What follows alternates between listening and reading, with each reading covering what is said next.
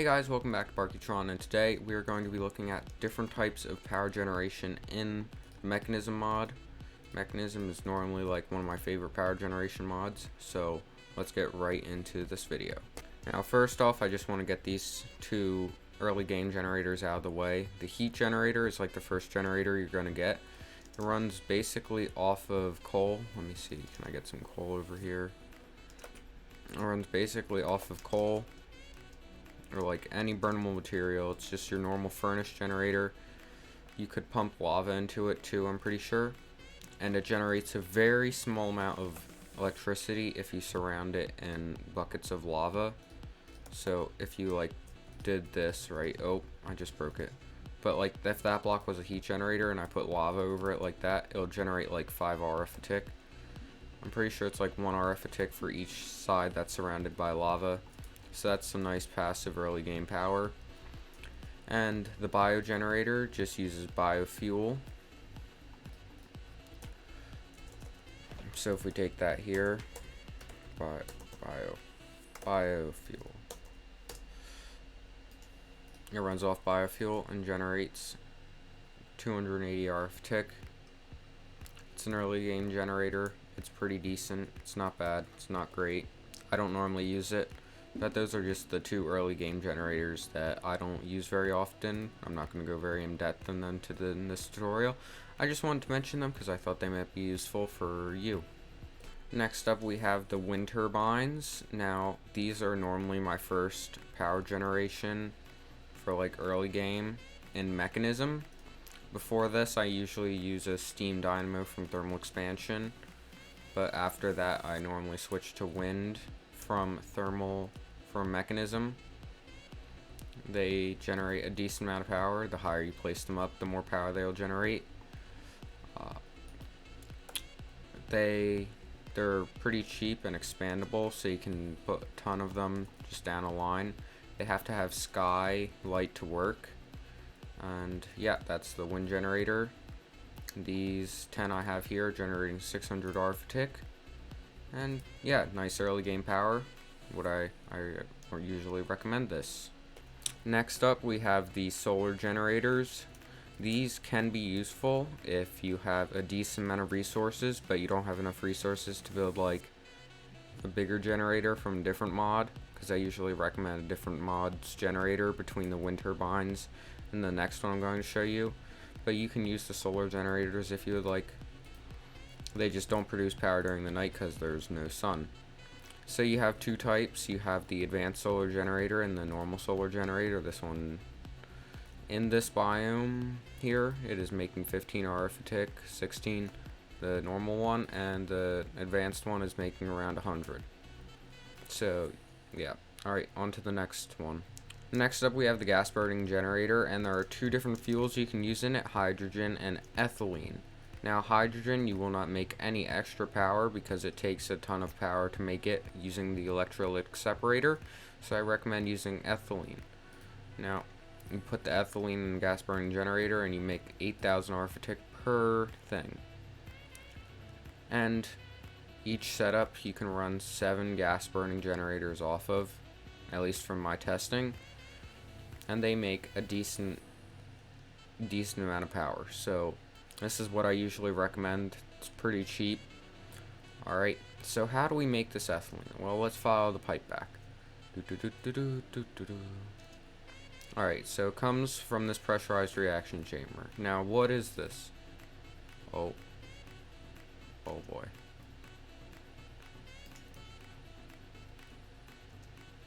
Does that work?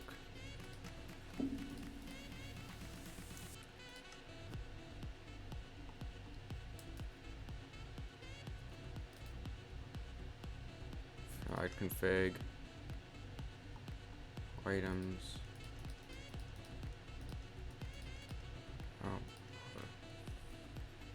Items output there. We need gases. Config gases output gas bottom fluid. Give me a second here. I messed up. We made a mistake. You made a mistake. You know, I should have cut this out. I'm too lazy to do it now. It's too late. We're gonna roll with it. Nothing ever happened. Alright. So how do we make the ethylene? Well, the ethylene comes from this pressurized reaction chamber. So, what do we need in the pressurized reaction chamber to make the ethylene? Well, we need biofuel, hydrogen, and water. So the water is simple. You just pump it in from your sink. The hydrogen, you pump the water into an electrolytic separator. An electrolytic separator will make hydrogen and oxygen. You can just dump the excess oxygen and keep the hydrogen. And then you put that into there using a pressurized tube, the same ethylene goes in. And then you also need biofuel. I'll show you how to make that in a second. It's the same thing your biogenerator runs off of, so I'll show you how to make that now. And then you will get the ethylene from this recipe, and you also get substrate. You can put that in a bin or just nullify it. And how do we get the biofuel? Now with the max upgraded one, you need this like weird setup with like, I have a hopper here with like crazy things. I don't know, it works. It's crazy because this thing uses items so fast. It's, yeah. Now, how do we make biofuel? Well, it's simple. Just put any like organic substance in a crushing factory of your choice, either a crusher or crushing factory. If you have pollution mod, it will make some pollution. Let me clear this up real here. I just dig a hole and let it fall in the hole. So yeah, there's a lot of dust here. I've been in this world quite a long time.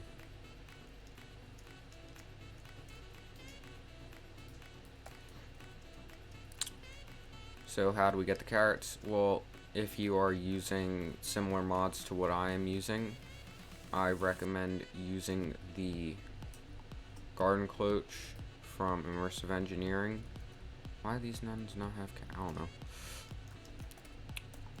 But then you can grow carrots in them, and I like using carrots because there are no byproducts like carrot seeds or anything. You just put the energy in the top, water in the bottom. You already have water in your system. Take the items out, throw them in the crusher, and then you get your biofuel. And that is how you run the gas burning generators. You also use that same recipe for the biofuel in the biofuel generator. That's how you make biofuel for the biofuel generator, just so you know. Last up, we have the big boy. The Mekanism fusion reactor. This guy is capable of making up to 10 million RF a tick if you have enough fuel. He is very late game. Well, not late game. He's decently late game, and he will make enough power for you to last forever. Good for draconic evolution and everything like that. Just make you like unlimited power. He also has the benefit of looking really cool that you can just stare into. Alright, so let's go ahead and take a look on the inside of him. I have the power gun out over there. So, let's right click on this controller over here.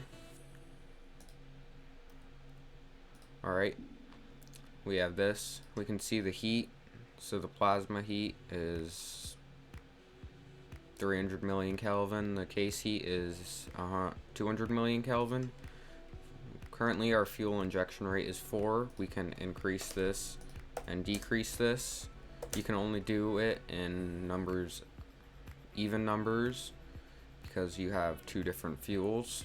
So yeah, makes sense. Now statistics. We're doing an air-cooled one right now. Has a minimum injection rate of 2. So you cannot go to 0, then I'll have no fuel.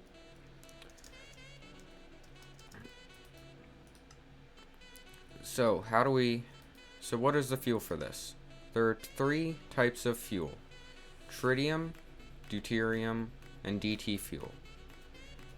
Now you have 2 options on how you can fuel this thing. You can either do deuterium and tritium separately, or just pipe in DT fuel.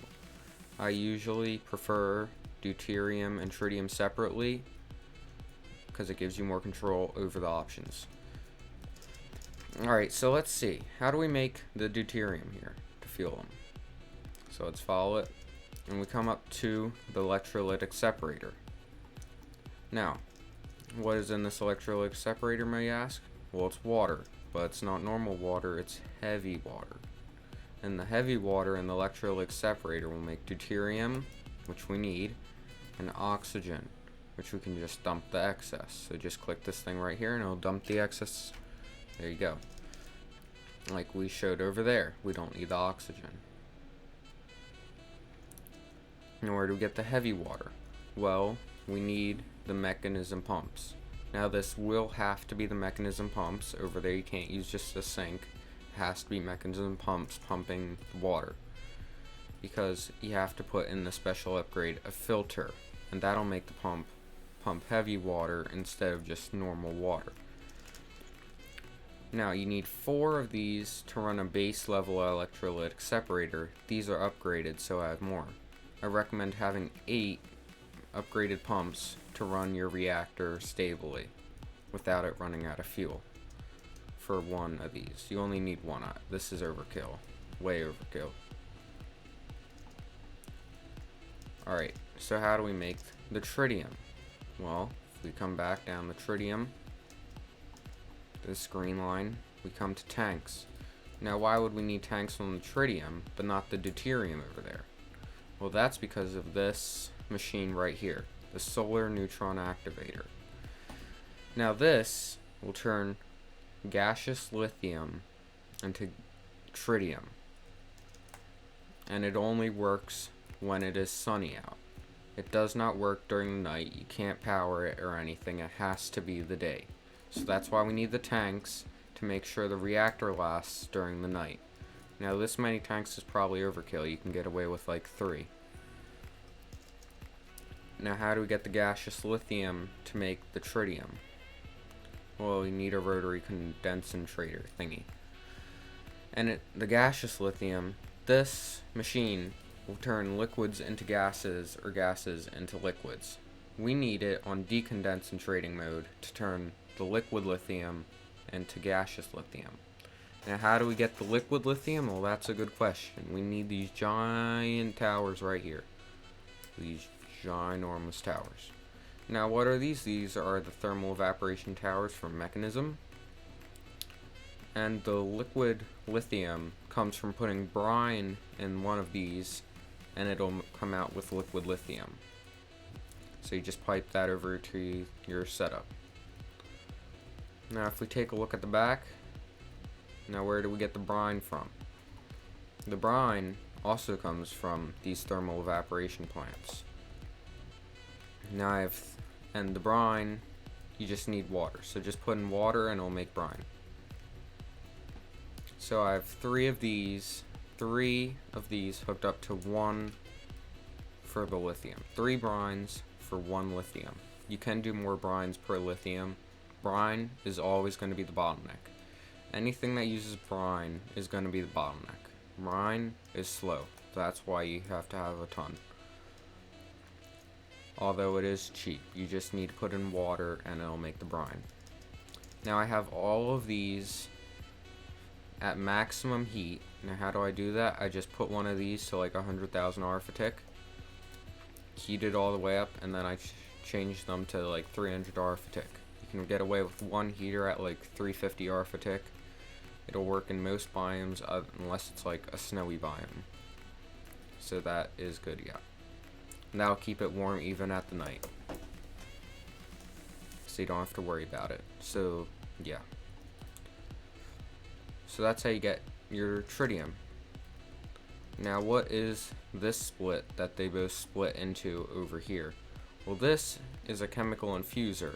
Now this will combine the deuterium and the tritium to make the DT fuel. So you could just pipe this in to one slot in the nuclear reactor, although I prefer doing the tritium and the deuterium separately. Although you will need to make DT fuel to start the reactor, even if you plan on using tritium and deuterium separately. Now, for the reactor, how do you build one? Well, you can build one. It is this shape right here. It's a bunch of these shapes. It's like a star. Now you just put that on a bunch of corners. Now you can build it all out of casings, and then these four sides, the top and the bottom, you can't change. I'm not sure. I don't think you can. But these four sides, 1, 2, 3, 4, this cross pattern can be either glass, ports, or focus matrix. The focus matrix can only go in the middle, the laser focus matrix. But the ports and the glass can go anywhere. So right here could be glass, this could be ports, whatever. Now the laser focus matrix needs to be in the middle, pointed straight into the center of the reactor. And this is how we start the reactor. To start the reactor, you'll need a holorom. You'll take your holorom, which is just gold powder infused with coal, put in here. It will take DT fuel up, and then you'll put it right here. And when it is right there, you have to build one of these. You put a bunch of laser amplifiers. You set the first one to high. You connect it up to some power. So you charge this up with your power. So you have all your lasers pointed straight into it. And then if you have your holorom in there, and you would so see how this tells us how much power we have in here. I recommend having this at about 1 billion RF to start it. Also, when you're starting it, I recommend having DT fuel in the reactor, so fill this up with DT fuel and then like disconnect the pipe and connect these two. Because I found out that means it doesn't need to become as hot for the reaction to like start up, and then to get the two fuels working separately. So yeah, I recommend using that. And if you press that button and it has like 1 billion RF, it'll ignite. If you don't have the DT fuel in there, you just have the holorom, I'd say like 1.5 billion, and that should ignite it. And now the controller has to go on the top. It has to go on the top. It can't go on the bottom. It has to go on the top. The bottom is just going to be casings. The top is going to be controller and casings.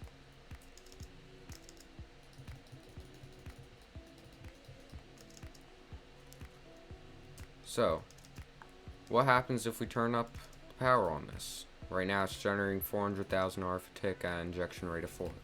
What happens if we turn that up to 8? Well, the first thing we realize is the heat is going up. A little scary, right? We're up to 340, 350. The case is also going up.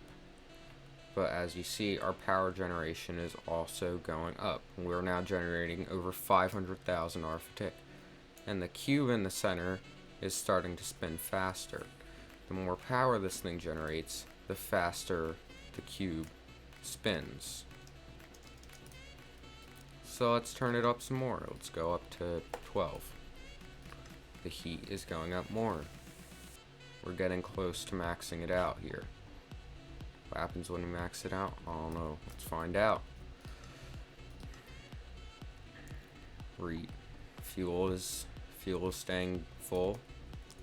Our system is keeping up. If we look over here, we're just fine. We're fine. We're fine on everything. We're keeping up. We're keeping up just fine.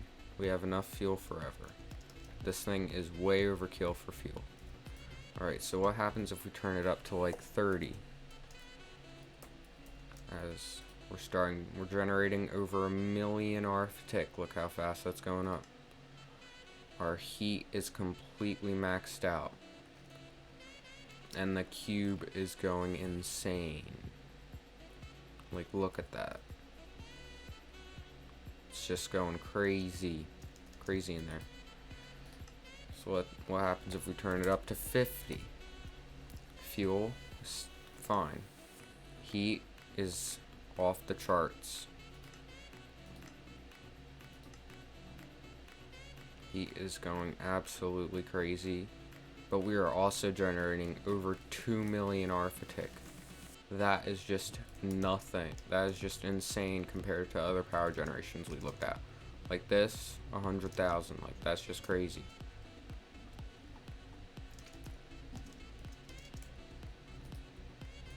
So what happens if we turn it up to 76, let's say? Well, the cube is gonna go even more insane. And we are generating over 3.5 million RF a tick. Look at that. Look at the heat. Off the charts, completely full. 4 million RF a tick. You cannot go over 100. The maximum is 98. So let's see what happens when we go up to 98.